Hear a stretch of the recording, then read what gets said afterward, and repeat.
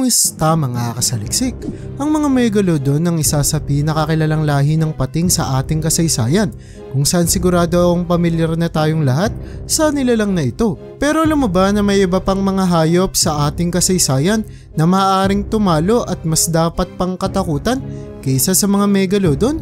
Kaya mula sa dambuhalang halimaw na may napakahabang leeg hanggang sa misteryosong sinaunang pating ay pag-usapan natin ang 10 nilalang na kinatatakutan kahit pa ng megalodon. Kaya kung handa ka nang makilala sila ay simulan na natin.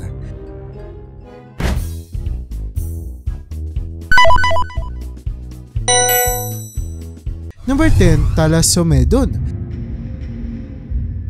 Alam mo ba na mayroong isang lahi sa kasaysayan ng ating planeta na kung sakaling nabuhay kasabay ng mga megalodon ay maaaring maging kalaban ng dambuhalang pating? Ito ay ang Thalassomedon na mapapansing mayroong napakahabang leeg na kanilang ginagamit upang mabilis na mahuli ang kanilang mga biktima, kung saan ang kanilang ding leeg ay posible nilang gamitin bilang panghampas sa kanilang mga kalaban upang mahilo o mawala ng malay ang mga ito para mas madali silang maatake at mapatay. Ayon sa investigasyon ng mga eksperto ay kayang umabot ang laki ng mga Thalassomedon sa 38 talampakan mula ulo hanggang kanilang buntot. Ngunit sila ay naging extinct na mula sa ating planeta halos 100 milyong taon na ang nakararaan, kaya naman imposibleng malaman kung kakayanin nga ba talaga sila ng mga megalodon na nagsimula lamang mabuhay sa ating daigdig 20 milyong taon na ang nakararaan. Number 9, Temnodontosaurus. Noong sinaunang panahon sa kagawian ng Hilagang Europa ay minsan nang nanirahan sa lugar ang isang nilalang na kung tawagin ay Temnodontosaurus na mayroong sukat na kayang umabot sa 12 metro ang haba, na naging dahilan para isa sila sa pinakakinatatakutang hayop sa karagatan 200 milyong taon na ang nakararaan, kung saan kahit na hindi sila kasing laki ng mga megalodon ay dahil sa kanilang mahahaba at matatalim na mga ngipin ay maaaring makapatay sila ng megalodon kung sakaling sila ay magsama-sama. Kilala din ng Temnodontosaurus sa pagkakaroon ng napakalaking mata, kung saan ayon sa mga eksperto ay ang pating na ito ang nilalang na mayroong pinakamalaking mata sa kasaysayan ng ating planeta. Number 8, Cretoxyrhina. Maliban sa mga megalodon ay sadyang napakadami pang mga dambuhalang pating ang nabuhay sa ating planeta na naubos na lamang sa paglipas ng matagal na panahon. Kagaya ng pating na ito na kung tawagin ay Cretoxyrhina na madalas din ay tinatawag na Jinsu shark. Dulot na ang mga Jinsu ay isang uri ng kutsilyo na sinasabing kasing talim at talas ng bawat isa sa ngipin ng pating na ito, kung kaya't madali lamang nilang napapatay ang kahit na sinong malasin na makagat nila. Kaya nilang umabot sa haba na humigit kumulang 25 talampakan at bigat na halos 5,000 kilo, kung kaya't kakaunti lamang ang may kayang makipaglaban at pumatay sa kanila. Number 7, Mosasaurus. Sa unang tingin ay akalain mo na dinosaur ang sinaunang nilalang na ito na kung tawagin ay Mosasaurus, pero lumaba na malapit silang kamag-anak ng mga ahas at butiki sa kasalukuyang panahon. Ito ang nadiskubre ng mga eksperto matapos nilang mapag-alaman na isang reptile ang hayop na nabuhay sa ating planeta humigit kumulang 140 milyong taon na ang nakararaan, kung saan sinasabing isa sila sa pinakakinatatakutang hayop noon sa lahat. Dulot na kasing bilis nilang lumangoy ang mga balyena sa ating kasalukuyang panahon, habang mayroon naman silang mga mahahaba at matatalim na mga ngipin na talaga namang mabilis na pumapatay sa kahit na anong kanilang makagat, kung kaya't sadyang kakaunti lamang ang mga hayop na nakakaligtas matapos kalabanin ng mga Mosasaurus. Ayon pa sa investigasyon ng mga eksperto ay kahit na higit na mas malaki at mas malambot ang balat ng Mosasaurus kumpara sa mga megalodon na naging dahilan para malugi sila, kung sakaling maglaban ng dalawa ay kaya pa din umano nilang masaktan at maaari pang ang mapatay ang pating, dulot na mas mabilis silang lumangoy kaysa sa mga ito. Number 6, Tylosaurus.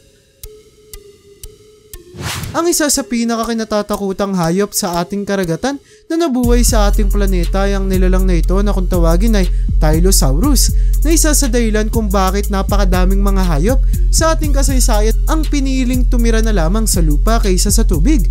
Dulot na maging maliit man o malaki ay hindi namimili ang mga Tylosaurus ng kanilang mga aatakihin at kakainin, kung saan dahil na rin sa kanilang mahabang uso na napupuno ng mga ngipin ay talaga namang madali lamang nilang nakakain ang kahit na anong minalas na makasalubong nila sa tubig.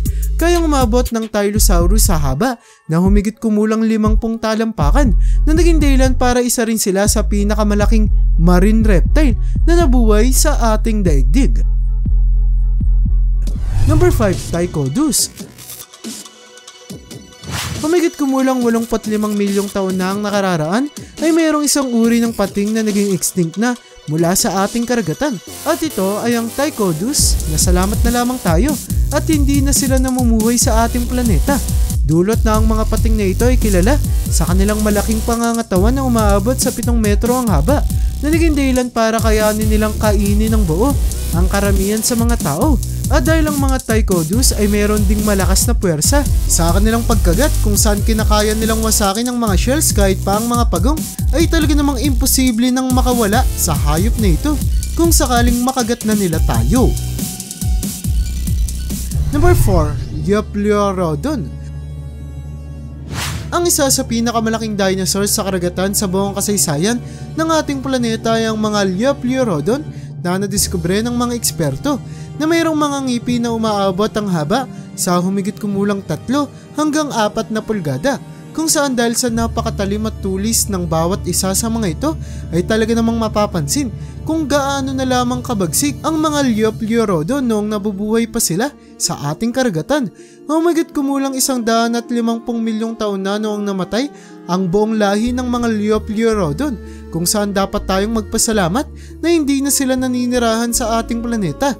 Dulot na kung sakaling buhay pa ang hayop na ito ay sadyang napakamapanganib kung pupunta at lalangoy pa tayo sa dagat. Number 3, Pacific Sleeper Shark. Noong 1989 sa karagatan ng Pasipiko ay may nadiskubre ang mga eksperto na isang uri ng pating na talaga namang naiiba sa lahat. Dulot na kaysa sa mababaw na tubig ay napag-alaman na naninirahan sa lalim na humigit kumulang 6,500 ang pating na ito, na kung tawagin ay Pacific Sleeper Shark, na ayon sa mga eksperto ay halos bulag na sa kadila ng kakaunti lamang ang ilaw na makikita natin sa malalim na parte ng ating karagatan, kung kaya't hindi kinakailangan ng mga hayop dito na makakita. Mabagal lamang din kumilos ang mga Pacific Sleeper Shark, ngunit dahil sa matalas nilang mga ngipin ay hindi pa din tayo dapat na maging kampante na lumapit kung sakaling makasalubong natin ang hayop na ito. Number 2, Edestos. Sa unang kita mo pa lamang sa pating na ito ay sigurado ako na agad mong mapapansin ang kanyang kaibahan kumpara sa iba. Dulot ng bibig nito ay tila ba magkahiwalay at para bang mga gunting, na naging dahilan para magkaroon ng sila ng bansag na scissor-tooth shark. Ang mga Edestos ay nabuhay sa ating planeta lagpas 330 milyong taon na ang nakararaan, kung kaya't sinasabi na isa sila sa pinakamatandang lahi ng pating sa kasaysayan.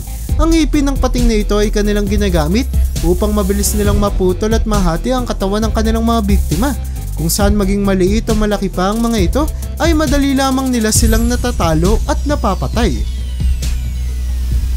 Bago tayo dumako sa una sa ating listahan ay gusto ko munang makita mo ang larawan na ito na nagpapakita ng isang nakapangingilabot na nilalang na nadiskubre raw ng mga eksperto sa kailaliman ng karagatan sa bansang Japan, kung saan ayon sa kanilang investigasyon ay napag-alaman na isa itong uri ng sinaunang igat na mayroong matatalim na ngipin at dambuhalang pangangatawan na sigurado kung agad niyang gagamitin upang mabilisan na talunin kahit pa ang pinakakinatatakutan nating lahat na mga megalodon. Number 1, Otodus obliquus.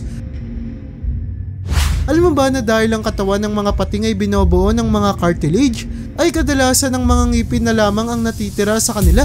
Dahil dito ay madalas na pinag-aaralan ng mga eksperto ang sukat ng ngipin ng mga lahi ng pating upang madetermina kung gaano sila kalaki noong sila ay nabubuhay pa. Kung kaya't labis na lamang ang gulat ng mga eksperto nang madiskubre nila ang ngipin ng lahi ng pating na ito na kung tawagin ay Otodus obliquus, kung saan napag-alaman nila na kaya nitong umabot sa haba na posibleng lumampas sa 40 talampakan, kung kaya't kayang-kaya nila tayong kainin ng buo, na talaga namang nagpapakita kung gaano na lamang sila kadambuhala.